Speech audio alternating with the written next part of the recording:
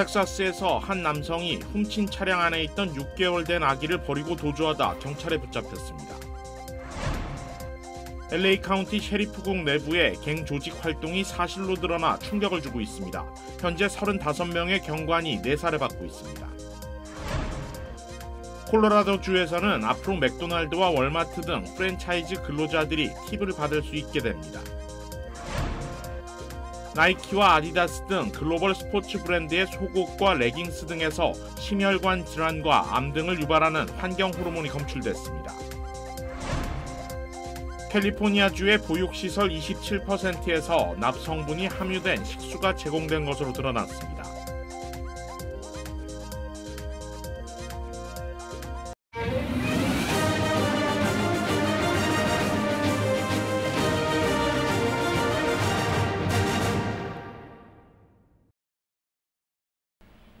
시청자 여러분 안녕하십니까? KBS 아메리카 뉴스입니다. 연방준비제도 파월 의장이 다음 달 금리 동결에 무게를 실은 발언을 내놨습니다.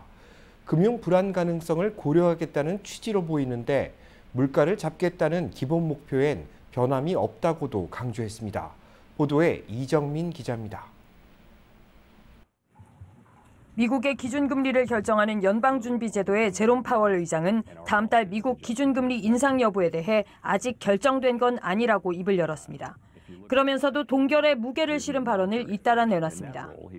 Our policy rate may not need to rise as much as it would have otherwise to achieve our goals. 실리콘밸리 은행 파산부터 시작된 은행권 위기가 신용 여건을 경직시켜 경제 성장과 고용, 물가 인상에 제동을 걸 가능성이 있다고 했습니다. 이렇게 되면 물가를 잡기 위한 금리 인상이 필요치 않을 수도 있다는 겁니다. 여전히 물가가 높은 수준이라면서도 지금은 불확실성이 크고 이미 금리를 많이 올려놓은 만큼 그간의 금리 효과와 금융 불안 여파 등을 짚고 넘어갈 시간을 가질 수 있다는 여지도 남겼습니다. Given how far we've come, as I noted, we can afford to look at the data and the evolving outlook and make careful assessment. 미국은 인플레이션을 잡겠다며 지난해 3월부터 10번에 걸쳐 연속으로 기준금리를 올려왔습니다. 현재 미국의 기준금리는 5에서 5.25%로 16년 만에 최고치입니다. 파월 의장 발언 이후 미국이 다음 달 중순 금리를 인상할 것으로 전망하는 투자자는 33%에서 13%로 줄었다고 블룸버그 통신은 전했습니다. 다만 연방준비제도 내에서 여전히 추가 금리 인상이 필요하다는 주장도 만만치 않은 데다 향후 나올 경제 지표들의 추이를 더 지켜와야 한다는 분석도 나옵니다. 한편 파월 의장 발언에 기대를 가졌던 뉴욕 증시는 미국 부채 한도 협상이 다시 삐걱거리고 있다는 소식의 여파로 하락을 면치 못했습니다. 워싱턴에서 KBS 뉴스 이정민입니다. 우크라이나가 서방에 요청하고 있는 F-16 전투기 지원과 관련해 바이든 행정부가 조종사 훈련 계획을 승인한 것으로 알려졌습니다. 김기현 기자의 보도입니다. 히로시마 G7 정상회의에 참석 중인 조 바이든 대통령이 우크라이나 조종사들에 대한 F-16 전투기 훈련 계획을 승인했다고 미국 정부 당국자들이 전했습니다. 앞으로 수개월 동안 유럽에서 진행될 훈련에 미국 측이 참여하는 방식이라는 겁니다. 바이든 대통령은 해당 기간 우크라이나에 실제 전투기를 지원할지 여부를 결정할 것으로 알려졌습니다. 바이든 정부는 그동안 확전 가능성과 비용 문제 등 여러 이유로 우크라이나에 대한 전투기 지원에 소극적이었습니다. 실제 유럽 동맹국들의 F-16 전투기를 우크라이나에 재수출하는 방안이 거론되고 있지만 역시 미국 측 승인이 필요한 사안인데 결정은 내려지지 않고 있습니다. When it comes to F-16, I really don't want. It's not on the agenda now, and I really don't want to speculate in any possible future donations. 훈련 계획이 알려지자 볼로디미르 젤렌스키 우크라이나 대통령은 역사적 결정을 환영한다며 G7 정상들의 실질적 이행 논의를 기대했습니다. 이런 가운데 미국 정부는 1,200여 개 산업 품목을 수출 통제 대상으로 규정하고 개인 22명과 단체 104곳을 추가하는 등 러시아에 대한 대규모 추가 제재를 단행했습니다. 미국이 조종사 훈련 계획을 공개함에 따라 우크라이나에 대한 전투기 지원 방침의 변화 가능성에 관심이 쏠리고 있습니다. 워싱턴에서 KBS 뉴스 김기현입니다. 남성 용의자가 훔친 차량 안에 있던 6개월 된 아기를 버리고 도주하다 경찰에 체포됐습니다. 박시몬 기자입니다. 텍사스 포스워스의 한 주택가. 주차된 은색 차량 한 대가 서서히 움직이며 시야에서 사라집니다. 이어 딸을 데리고 나온 여성. 시동을 건 채 잠시 세워뒀던 자동차가 도난당한 것을 알게 된 여성은 곧바로 경찰에 신고를 합니다. 차 안에는 6개월 된 아이가 타고 있었습니다. 신고를 받고 출동한 경찰은 멀리 도망가지 못한 용의자를 체포했는데 차 안에는 아기가 없었습니다. 경찰은 용의자를 추궁해 아기의 행방을 알아냅니다.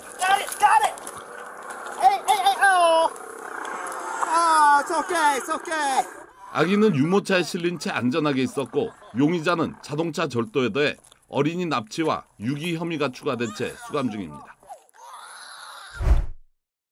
나이트클럽에서 쫓겨난 여성이 클럽으로 돌아와 총격을 가한 일이 벌어졌습니다.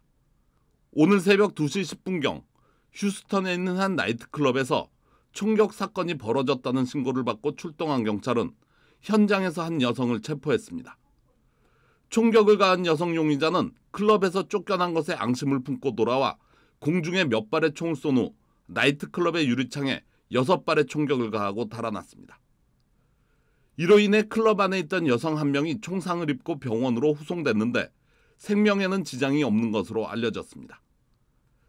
여성이 쫓겨난 이유는 아직 알려지지 않은 가운데 용의자는 지나가던 행인이 붙잡아 경찰에게 인계한 것으로 경찰은 전했습니다. KBS 뉴스 박시몬입니다. 현직 고등학교 여교사가 미성년자와 성관계를 가진 혐의로 체포됐습니다. 샌버나디노 카운티 셰리프국은 어제 오전 11시쯤 미성년자와 성관계를 가진 혐의로 올해 38살의 트레이시 밴더홀스트를 체포했다고 밝혔습니다. 유카이파 고등학교 교사로 재직 중인 용의자는 같은 학교에 재학 중인 16세 소년과 성관계를 가진 것으로 확인됐으며 경찰은 더 많은 피해자가 있을 것으로 보고 피해 학생들의 제보를 당부한다고 밝혔습니다. 용의자 트레이시는 현재 샌버나디노 중앙구치소에 수감되어 있습니다. 경찰 내부에 갱 조직이 활동하고 있다. 믿기 어려운 얘기지만 사실입니다. LA 카운티 셰리프국이 현직 경관 35명에 대한 내사에 착수했습니다. 보도에 윤범수 기자입니다. 경찰 내부 갱 조직원으로 의심되니 조사에 협조하라. LA 카운티 셰리프 감찰관실에서 발송된 공문 내용입니다. 다리에 갱 단원임을 뜻하는 문신이 있는지, 갱 조직의 가입 권유를 받았는지도 묻고 있습니다.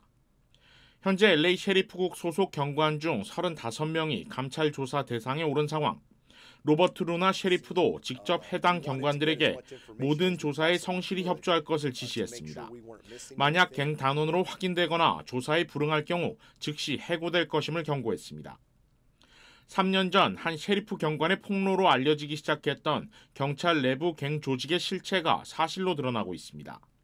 경찰 내 소모임, 사교 클럽 등으로 위장한 이들 갱 조직에 가담하기 위해선 반드시 총격 등 무력을 사용해야 한다는 충격적인 폭로도 나왔습니다. 지난 3월 셰리프 민간감찰위원회는 현재 경찰 내부에 익세큐셔너와 밴디토스라는 두 개 조직이 각종 위법 행위를 저지르고 있다는 조사 결과를 발표하기도 했습니다.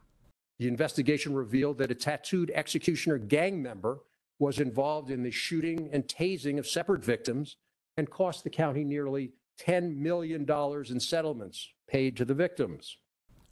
여기에 더해 LA 카운티 셰리프 국내 갱 조직이 50년 전부터 존재해왔다는 조사 결과도 나오고 있습니다.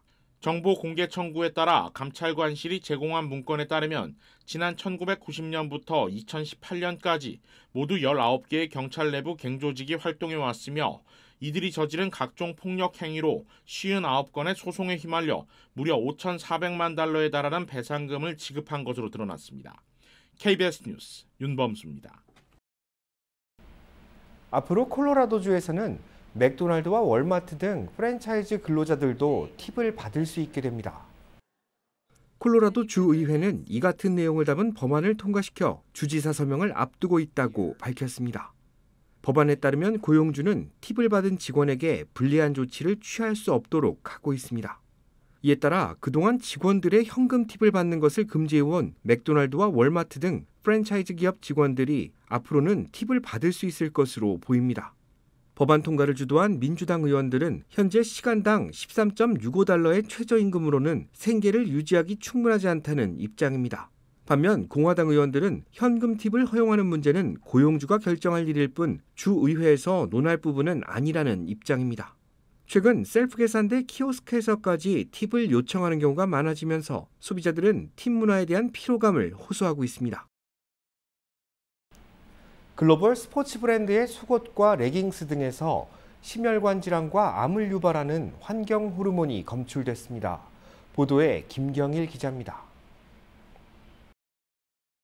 캘리포니아 비영리 단체인 환경보건센터는 지난해 10월부터 6개월 동안 스포츠 브랜드 제품의 환경 호르몬 검사를 진행한 결과 8개 글로벌 의류 제품에서 허용치의 최대 40%에 이르는 비스페놀 A가 검출됐다고 밝혔습니다. 이에 따라 8개 글로벌 의류 브랜드의 소송 방침을 알리는 법적 고지를 했다고 덧붙였습니다. 캘리포니아주는 비스페놀 A의 피부 노출 허용치를 하루 3마이크로그램으로 규정하고 있습니다. 비스페놀 A가 허용치를 넘긴 제품은 나이키와 챔피언, 파타고니아의 레깅스와 스웨이드 베티의 스포츠브라, 챔피언과 아디다스, 나이키의 반바지 등입니다. 환경보건센터는 스포츠브라와 운동복을 착용하고 땀을 흘릴 경우 높은 수준의 발암물질에 노출될 수 있다고 밝혔습니다. 환경 호르몬의 일종인 비스페놀 A는 여성 호르몬인 에스트로겐과 유사한 구조로 인체에 들어오면 호르몬을 교란할 수 있는 것으로 알려졌습니다. 반복적으로 노출될 경우 당뇨병이나 심장병, 암, 비만, 발기부전 등의 위험이 있고 특히 태아나 유아가 노출되면 소아 비만이나 행동장애가 유발될 가능성이 큰 것으로 추정되고 있습니다. 환경보건센터는 지난해 10월에도 에슬레타와 아식스, 노스페이스, 나이키, 휠라 등 스포츠 브랜드 제품에서 허용치보다 최대 22배나 높은 비스페놀 A가 검출됐다고 밝히고 해당 브랜드의 위반 사항을 시정하라고 소송을 제기한 바 있습니다. 한편 미국 화학협회는 소비자에게 노출되는 환경 호르몬은 그 양이 매우 적어 안전에 문제가 없다는 식품의약국의 연구 결과도 있다고 밝혔습니다. KBS 뉴스 김경일입니다. 캘리포니아주의 보육시설 27%에서 납성분이 함유된 식수가 제공된 것으로 드러났습니다. 캘리포니아주 사회복지국은 6,800여 곳의 아동 보육시설에서 식수로 제공되는 수돗물 수질을 검사한 결과 27%에 해당되는 1,800여 곳의 시설에서 위험 수준의 납이 검출됐다고 밝혔습니다. 이 가운데 기준치를 10배 넘게 초과한 곳이 183곳, 20배를 넘긴 곳도 76곳에 달했습니다. 특히 보육시설 한 곳에서는 기준치의 2,200배가 넘는 납이 검출되기도 했습니다. 의학 전문가들은 납성분이 어린이들의 뇌와 신경계에 직접적인 영향을 미쳐 학습과 행동에 장애를 유발할 수 있다면서 극소량의 납성분도 아동들에게 치명적일 수 있는 만큼 관련 시설들에 대한 시설 관리가 시급하다고 밝혔습니다. 이번 검사는 지난 2018년 통과된 법안에 따라 처음으로 실시됐는데 해당 법안에 따르면 모든 보육시설은 5년마다 납 농도를 검사해야 합니다. 오늘 새벽 뉴욕에서 규모 2.2의 지진이 발생했습니다. KBTV 강정민 기자입니다. 오늘 새벽 1시 53분 뉴욕 웨스트체스터 카운티에서 1마일가량 떨어진 지역에서 2.2 강도의 지진이 발생했습니다. 이는 뉴욕시 미드타운 맨해튼에서 불과 16마일 거리로 뉴욕시 전역과 북부 뉴저지에서 강한 진동을 느꼈다는 시민들의 반응이 잇따라 올라왔습니다. 또한 코네티컷에서도 진동을 느꼈다는 이들이 있었습니다. 해당 지진의 진원지는 9.8km 깊이로 얕은 지진으로 분류됩니다. 이로 인한 부상자나 건물 손상 등의 피해는 발생하지 않은 것으로 전해졌습니다. 뉴욕과 뉴저지 시민들은 당시 일어난 지진에 대해 소셜미디어에 게시하며 적잖이 놀랐다는 반응을 보였습니다. 일부 시민들은 당시 지진이 일어날 때 폭발음 같은 소리가 났다고 전했습니다. 미 지질조사국은 강도 3 이하의 지진은 통상적으로 큰 피해를 입히기 어려우나 사람들이 충분히 느낄 수 있는 정도다라며 큰 피해를 주는 지진의 경우 강도가 5.5를 넘어가는 경우가 많다고 밝혔습니다. 뉴욕과 뉴저지 지역은 북아메리카판 한가운데 위치해 있어 지진이 일어나는 일이 드뭅니다. 그러나 올해 2월과 4월 각각 강도 3.8과 3.6의 지진이 업스테이트 뉴욕에서 일어나며 더 이상 뉴욕, 뉴저지 지역이 지진에서 안전하다고 하기 어려울 것으로 보입니다. 한편 해당 지진은 태평양에서 일어난 강도 7.7의 지진과 동시에 일어났습니다. 이 지진은 뉴칼레도니아 인근에서 발생해 쓰나미 경보가 발령되기도 했습니다. 해당 지진으로 인한 인명피해는 기록되지 않았으나 전문가들은 여진의 위험성을 강조하며 긴장을 늦추지 말라고 전했습니다. KBTV 뉴스 강정민입니다. 한인금연센터가 세계 금연의 날을 맞아 한인 흡연자들의 금연을 독려하고 나섰습니다. ASQ 한인금연센터는 이달 31일로 다가온 세계 금연의 날을 기념하기 위해 한국어 금연 상담 서비스를 제공하고 있다고 강조했습니다.